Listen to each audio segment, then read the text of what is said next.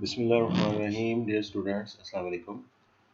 Today we are into the third lecture on accounts receivable, accounting for accounts receivable. तो अब हम इसकी जो है वैल्यूइंग करने जा रहे हैं, वैल्यूएशन करने जा रहे हैं. As you remember from a previous lecture कि मैंने आपसे एक बार शेयर किया था कि एडजस्टमेंट्स की, एडजस्टिंग एंट्रीज की तीन टाइप्स हैं, जिसमें से प्री पेमेंट्स एंड अक्रूवल्स आप अच्छे तरीके से सीख चुके हैं, और तीसरी है वैल्यूइंग सम एसेट्स. तो उसके अंदर ये उसकी पहली एग्जांपल आपके सामने आ रही है कि किस तरह से इसके एडजस्टमेंट्स करते हैं. और ये मंथ एंड होती है, क्वार्टर एंड या ईयर एंड होती है, और you may say this is at the end of the accounting period whatsoever has been selected. तो जो भी अकाउंटिंग पीरियड होता है उसके एंड में की जाती है, जिसके अंदर वैल्यूइंग की जाती है. तो अब हम देखते हैं कि किस मेथड की तरफ ये इशारा है. तो इसमें अकाउंट्स रिसीवेबल में जो है अनकलेक्टेबल अकाउंट्स रिसीवेबल का इशू पैदा हो जाता है, क्योंकि जब हम चीज़ें जो है seller sales on account raise the possibility of accounts not being collected. तो उधार पे चीज़ें फ़रोख्त करने की वजह से, क्रेडिट पे चीज़ें फ़रोख्त करने की वजह से जो है इशू जो राइज होता है, that is possibility of accounts not being collected. तो उससे जो है वो अमाउंट रिसीव नहीं होती, लोग डिले करते हैं या जो है वो बिल्कुल ही डिफ़ॉल्ट कर जाते हैं. Sellers record losses that result from extending credit as bad debt expense. और ये पॉसिबिलिटी कि कुछ लोग पैसे अदा नहीं करेंगे, या स्ट्रेट अवे आपको पता लग गया है कि वो नहीं कर रहे और वो डिफ़ॉल्ट कर गए हैं, हर दो सूरतों में एक एक्सपेंस क्रिएट होता है, that is called bad debts expense. So let's move on to valuing accounts receivable. There are two methods of accounting for uncollectible accounts. One is direct write-off method and the other one is allowance method. So first method is direct write-off method. इसमें आपको start में बता दिया गया है कि it is not acceptable for financial reporting. So हम इसको समझ लेंगे, understand कर लेंगे, but you will not be using it. So we will be mainly using the allowance method. उसी पे concentrate करेंगे. In this method, what we do, losses are estimated. They are better. There is better matching. Matching किसको कहते हैं? Matching principle, if you know already, it is matching of revenue and expenses. इसमें better matching होती है. इसके detail में हम थोड़ी देर में जाते हैं. पहले हम जरा इसका पूरा प्रोसीजर देख लें, देन इंशाल्लाह हम देखेंगे कि ये कैसे better matching की तरफ ये हम बात को ले जा सकते हैं. So receivables stated at cash, which is net realizable value. इसमें receivables जो हैं उसकी सही जो है वो वैल्यूएशन होती है. हम ये बताने की पोजीशन में होते हैं कि इस वक्त हमारी बैलेंस शीट के अंदर जो रिसीवेबल्स की वैल्यू शो हो रही है वो बिल्कुल ऐसी है जो कि हमें कैश रिसीव होने का बहुत इम्कान है. यानी हमने जो रिसीवेबल्स यानी कि लोगों से जो पैसे लेने हैं, उनमें से हमने जो डाउटफुल वाले मामलात हैं वो हमने उसमें से पैसे डिडक्ट कर दिए हैं. जो हमें शक था कि इतने जो हैं अमाउंट्स डाउटफुल हैं जो कि हमें नहीं कलेक्ट होने जा रही, उसमें से माइनस कर दी जाती हैं. और सबसे अहम बात यह है कि it is required by IFRS. It is ये इंटरनेशनल फाइनेंशियल रिपोर्टिंग स्टैंडर्ड्स से रिक्वायर्ड भी है. So let's move on to its details. So now I am going directly to the slide number 27. This is details of the allowance method for uncollectible accounts. So it is the step-by-step method. It is the process of calculations for valuing accounts receivable. So we are going to do the allowance method. First of all, you have to estimate the uncollectible accounts receivable. Company सबसे पहले अपने accounts receivable में से ये estimate करती है कि उसने उसके कितने जो हैं अनकलेक्टेबल उसमें से हैं. यानी अगर फॉर एग्जांपल कंपनी के 50,000 रिसीवेबल्स हैं, तो वो उसमें से कुछ मेथड्स थोड़ी देर में हम इंशाल्लाह डिस्कस करने जा रहे हैं. Company based on it's experience will estimate that how much it could be in percentage, 2%, 3% accounts receivable are going to be uncollectible. یعنی ہمارے ٹوٹل ریسیویبلز میں سے کتنے فیصد جو ہیں وہ ایسے ہیں جو کہ ہمیں شاید ریسیو نہیں ہوں گے. اب ہم آتے ہیں اس کی جرنل انٹری کی طرف. وہ جو اماؤنٹ ہم نے جو ڈسکس کی اور کیلکولیٹ کی ایسٹیمیٹ کی اسٹیپ 1 میں, اس کی ہم at the end of the accounting period ایک ایڈجسٹنگ انٹری کریں گے. This comes under the category of adjusting entry.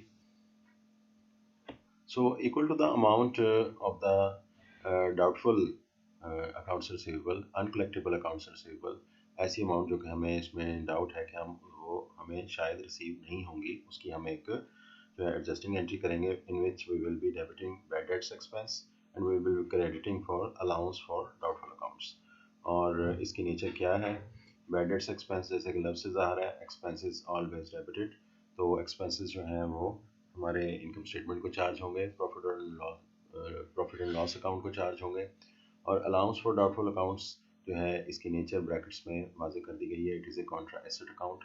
اس کا پرپز خود سے یہ کوئی خاص اس کا پرپز نہیں ہے. It is just an opposite to the asset account. وہ ایسٹ اکاؤنٹ کون سا ہے؟ Yes, it is contra to accounts receivable account. So it will be deducted from accounts receivable. تو یاد رہے ایک بہت اہم چیز, یہ میں نے خود جو ہے وہ بلو فونٹ میں اس میں ایڈ کیا ہے کہ یہ ایک ایڈجسٹنگ انٹری ہے. یاد رکھیے گا, یہ نارملی جو ہے ٹیکسٹ بکس میں بھی یہ بات اس کے اوپر ایمفسس نہیں کیا جاتا, یہ لکھ دی جاتی ہے, بٹ یاد رکھیے یہ ایک ایڈجسٹنگ انٹری ہے. ایڈجسٹنگ انٹری جیسے کہ میں نے آپ کو 3 کیٹیگریز آج کے لیکچر کے شروع میں بتایا, so this is one of them اور this is an adjusting entry.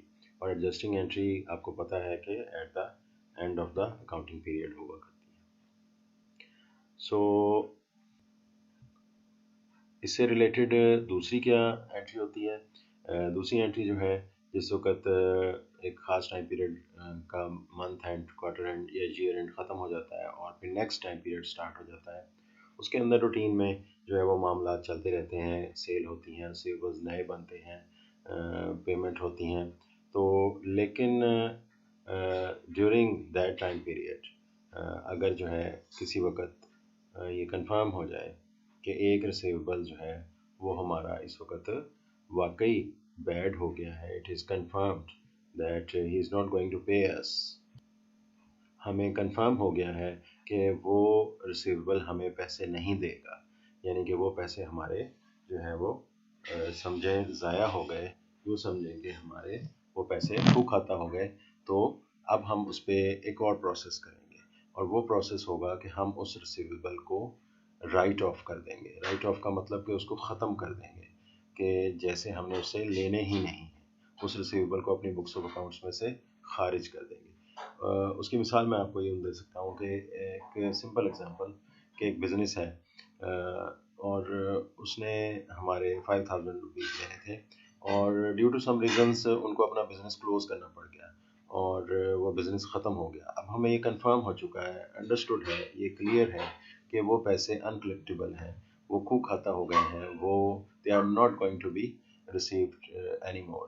تو اب وہ ہم اس ریسیویبل کو ظاہری بات ہے کہ اپنی بکس آف اکاؤنٹس میں کیوں شو کرتے رہیں گے, سو ہم اس اکاؤنٹس ریسیویبل کو جو ہے وہ اپنی بکس آف اکاؤنٹس میں سے خارج کر دیں گے, ختم کر دیں گے, ریموو کر دیں گے, رائٹ آف کر دیں گے.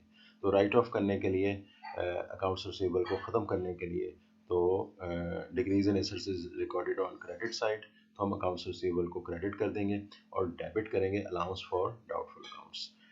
اس کی ریزن کیا ہے؟ اس کی ریزن یہ ہے کہ وہ جو ہم نے ایڈجسٹنگ انٹری نمبر 2 میں کی تھی, اس ریسیویبل کو ہم نے جس وقت محسوس کیا تھا کہ یہ ہمارا ڈاؤٹ فل ہے, خطرے میں ہے, کنفرم نہیں ہے کہ یہ ہمیں دے گا یا نہیں, تو ہم نے اس کے اگینسٹ ایکسپنس جو ہے ایک کریٹ کر لیا تھا آلریڈی.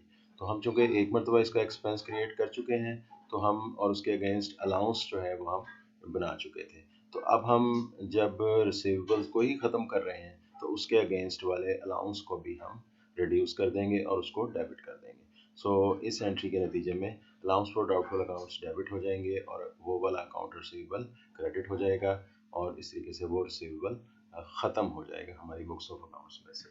اور اس میں جو ہے یاد رکھیے کہ یہ نمبر 3 پہ آنے والی جو یہ انٹری ہے یہ ایڈجسٹنگ انٹری نہیں ہے. नॉर्मली ये एडजस्टिंग एंट्री नहीं होती, नंबर 2 वाली ही एडजस्टिंग एंट्री होती है। इसमें एक ये क्वेश्चन पैदा हो सकता है कि अगर हमने अब जिस वक्त हम राइट ऑफ करने जा रहे हैं तो हमने दोबारा से डेबिट बैड डेट्स एक्सपेंस को क्यों नहीं किया, तो उसका सिंपल आंसर बेटा ये है कि बैड डेट्स एक्सपेंस को इसी से रिलेटेड हम बैड डेट एक्सपेंस अभी जो गुजरा है हमारा सेकंड नंबर, वहाँ पे हम इसको बैड डेट्स एक्सपेंस के तौर पे ले चुके हैं। तो एक ही जो है चीज़ के लिए दो बार एक्सपेंसेस हम नहीं चार्ज करेंगे। और दूसरी बात यह है कि ये मैचिंग प्रिंसिपल की भी खिलाफ वर्जी है कि ये रिसीवेबल प्रीवियस टाइम पीरियड में अकाउंटिंग पीरियड में क्रिएट हुआ और बिजनेस इसके ज़रिए जनरेट हमने किया, इसको क्रिएट किया, इसके ज़रिए हमने एक्सपेंसेस किए, तो ये प्रीवियस टाइम पीरियड से रिलेटेड था। इस टाइम पीरियड में इसका एक्सपेंस रिकॉर्ड नहीं हो सकता, और चूंकि एक मरतबा एक एक्सपेंस इसका रिकॉर्ड हो चुका है, लिहाजा दो बार हम इसका एक्सपेंस रिकॉर्ड नहीं करेंगे। एक ही एक्सपेंस से रिलेटेड हम इसको दो मरतबा रिकॉर्ड नहीं करेंगे। अब हम एक छोटी सी इलस्ट्रेशन देखते हैं जिसके ज़रिए आपको अच्छे से ये इसका अंदाज़ा हो जाएगा कि how we are going to record these things. So Hampson Furniture has credit sales of 1.2 million euros in 2017, of which 200,000 remains uncollected at December 31. तो 1.2 मिलियन आप देख सकते हैं कि इसमें से जो है वो कंपनी ने एक एस्टीमेट किया। नॉर्मली आपको ये एस्टीमेट बना बनाया दे दिया जाएगा, you have only to do the adjusting entry. The credit manager estimates that 12,000 of these sales will prove uncollectable. तो 1.2 मिलियन सेल में से जो है बाकी यानी कि 1 million is already received and 200,000 is not received, यानी 1.2 मिलियन यूरोस में से जो है 1 मिलियन रिसीव हो गया है, तो पीछे बकाया बचे जो है 200,000 जो है बकाया बच गए हैं, वो अभी तक हमें रिसीव नहीं हुए। उस 2 लाख यूरोस में से कंपनी एस्टीमेट करती है कि $12,000 of the receivables will prove uncollectible, यानी कि इनमें से 12,000 यूरोस हमें कलेक्ट नहीं होंगे। इसमें डाउट है, ये ख़तरा है कि ये हमें पैसे वसूल नहीं होंगे। तो इसमें जो है 12,000 यूरोस में से जो है कि कौन कौन होगा ये भी हमें क्लियर नहीं है। This 12,000 Euros is a combination of could be 7 9 10 15 20 customers, तो ये मुख्तलिफ कस्टमर्स हो सकते हैं। तो अभी हम इनके डाउटफुल होने की वजह से तो है एक एक्सपेंस चार्ज कर देते हैं अपनी इनकम स्टेटमेंट को, प्रॉफिट एंड लॉस अकाउंट को, that is bad debts expense debit and allowance for doubtful accounts. Very simple, और ये एडजस्टिंग एंट्री है। अगेन आप देख लें कि इस वक्त ऑथर ने इस बात को वाजे नहीं किया कि is it an adjusting entry और नॉट। मैं अगेन आपको इधर क्लियर करता चलूँ कि this is adjusting entry. Sometimes जो है कुछ चीज़ें ओमिट हो जाती हैं, but I am here to clear this.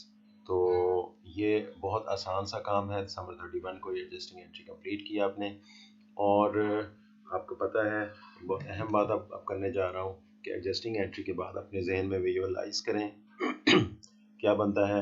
Adjusted trial balance बनता है। एडजस्टेड ट्रायल बैलेंस के बाद हम फाइनेंशियल स्टेटमेंट्स बनाते हैं। तो फाइनेंशियल स्टेटमेंट्स में अब हम डायरेक्टली देखते हैं कि क्या सूरत हाल है। तो ये एक रवाज है नॉर्मली अकाउंटिंग में कि हम जो है एक तराशा ले लेते हैं, एक उसका पार्ट ले लेते हैं, एक पार्शियल बैलेंस शीट बना लेते हैं, partial statement of financial position बना लेते हैं, पूरी नहीं बनाते।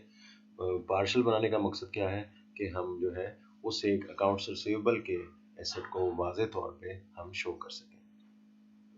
तो आप देख सकते हैं कि कंसंट्रेट करके रेड कलर में अकाउंट से ये हमारा 200,000 यूरोस है, उसमें से less allowance for doubtful accounts है, हमने उसमें से माइनस किया क्योंकि ये एक कॉन्ट्रा एसेट अकाउंट है, और 188,000 जो है वो हमारी स्टेटमेंट ऑफ फाइनेंशियल पोजीशन में शो हो जाएगा। अब गौर से देखें उसी इलस्ट्रेशन को कंटिन्यू रखते हुए, the vice president of finance of Hampson Furniture on March 1 2018। गौर से देखें कि ये मार्च 1 को एंट्री हो रही है। It means this is not an adjusting entry, so authorises a write off 500 euros balance owed by R A Ware. तो ये कंपनी थी, ये हमें इसका कंफर्म हो गया कि they are not going to pay, they are not in a position to pay us back. सो इसको हमने राइट ऑफ करने का फैसला कर लिया, अपनी बुक्स ऑफ अकाउंट्स में से ख़त्म करने का फैसला कर लिया, मिटाने का फैसला कर लिया। तो बहुत सिंपल है, हमने अकाउंट्स रिसीवेबल को क्रेडिट किया, decreases in assets is recorded on credit side, so credit accounts receivable with $500। और इससे रिलेटेड हम एक अलाउंस क्रिएट कर चुके थे, उस अलाउंस को भी हमने रिड्यूस कर दिया 500 से। तो जब एक जो है डाउटफुल डेट ही नहीं रहा, तो उससे रिलेटेड अलाउंस भी हमने अपने बुक्स ऑफ अकाउंट्स में से ख़त्म कर दिया। ये बिल्कुल ऐसे समझ लें कि आप लोग, ये उससे मिलता जुलता है अलाउंस फॉर डाउटफुल अकाउंट्स, जैसे कि आप एक्यूमुलेटेड डेप्रिसिएशन जो है वो एक एसेट में से माइनस करते हैं, एसेट्स लेस एक्यूमुलेटेड डेप्रिसिएशन, उसकी नेट बुक वैल्यू आ जाती है। इसी तरीके से accounts receivable minus allowance for doubtful accounts, और उसकी net book value accounts receivable की आ जाती है। फर्ज करें किसी वक्त आप उस फिक्स एसेट को अपने बुक्स ऑफ अकाउंट्स में से ख़त्म करने जा रहे हो, तो आप उससे रिलेटेड, उस एसेट से रिलेटेड उसकी एक्यूमुलेटेड डेप्रिसिएशन को भी वहाँ से अपने बुक्स ऑफ अकाउंट्स में से खारिज कर देंगे। इसी तरीके से आप अगर R A Ware accounts receivable को अपने बुक्स ऑफ अकाउंट्स में से खारिज करने जा रहे हैं, तो आपको उससे related allowance for doubtful accounts भी ख़त्म करना होगा। तो यही एंट्री की हमने, और उसके बाद आप लेजर्स में देख सकते हैं, लेजर्स में अकाउंट्स रिसीवेबल को क्रेडिट किया, रिड्यूस किया, तो हमारे रिसीवेबल 199,500 रह गए। अलाउंस फॉर डाउटफुल अकाउंट्स हमारा प्रीवियसली $12,000 था, और उसमें से ये डेबिट किया 500, तो इसका बैलेंस 11,500 रह गया।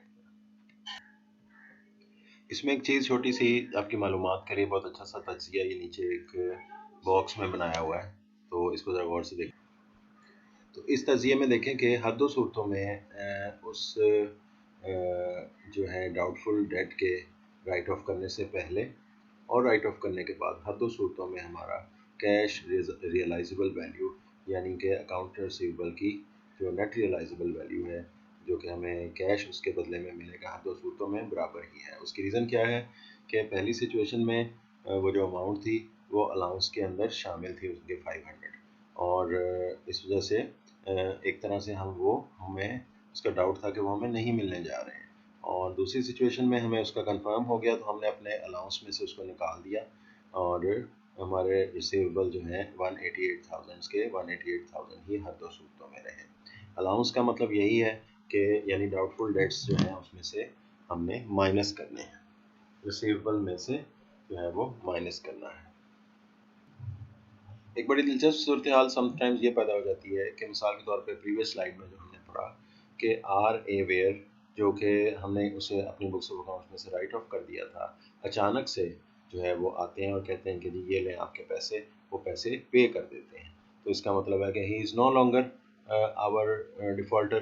तो इसका बहुत आसान ट्रीटमेंट होती है, अगर वो पे कर दें तो हम जो प्रीवियस एंट्री हमने की थी राइट ऑफ वाली, हम उस एंट्री को रिवर्स कर देते हैं। और ये बहुत इजी प्रोसेस है, इसमें कोई ऐसी लंबी चौड़ी जो है वो डिफ़िकल्ट बात नहीं है। ये आप देख सकते हैं, जुलाई 1 को आर ए वेयर ने pays the €500 amount that had written off on March 1। तो हैमसम मेक्स दीज एंट्रीज। एक पहली एंट्री वो होती है जो कि हमने उसको समझ लिया था कि वो ख़त्म करना है, वो राइट ऑफ करना है, it is a bad expense, bad receivable, हमने उसको राइट ऑफ कर दिया था। पहली तो हमने अपनी गलती का इजाला किया कि हमने उसे जब राइट ऑफ कर दिया था तो उस एंट्री को उल्टा दिया। आप देख सकते हैं ये उसके उलट एंट्री है। और उसके बाद फिर अब चूँकि उन्होंने पेमेंट की है, तो उस पेमेंट की एंट्री भी ज़रूरी है। तो यू कैन सी के कैश डेबिट और accounts receivable credit. So that's all for now for our valuing accounts receivable. तो इसमें हमने जो है ऑलमोस्ट ये हमारा अकाउंटिंग फॉर रिसीवेबल्स का बेसिक जो है वो मामला इसमें कंप्लीट हो गया है। तो कुछ चीज़ें मुख्तसर सी जो हैं वो रह गई हैं, वो इंशाल्लाह हम नेक्स्ट लेक्चर में उसको कवर करेंगे। This is sufficient for doing some exercises which are available in your text book. तो आप इसमें से एंट्रीज करने के काबिल होंगे। इसका स्कोप क्या है, you have to do mostly कि आप जो है अलाउंस की एंट्री करेंगे, एडजस्टिंग एंट्री करेंगे, आफ्टरवर्ड्स राइट ऑफ की एंट्री करेंगे, اور اس کے بعد پھر اگر وہ ریکوری ہو جاتی ہے تو ریکوری کی انٹری کریں گے.